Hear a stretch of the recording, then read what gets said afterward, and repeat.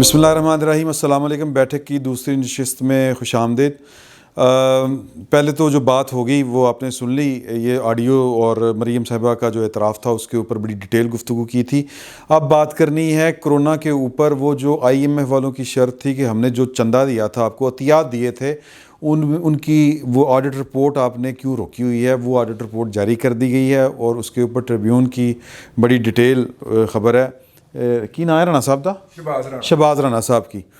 تو اور اس کے علاوہ ملک ریاض صاحب کے اوپر جو اور ان کے صاحبزادے کے اوپر بین لگ گیا انگلینڈ میں داخلے کا. ان دو پر بات کریں گے. اور آپ کو بتاؤں کہ عید کی انٹرنیشنل بیٹھک ہوگی. ہمارے دوست ہیں اور استاد ہیں اویس صاحب, ڈاکٹر اویس سلیم صاحب.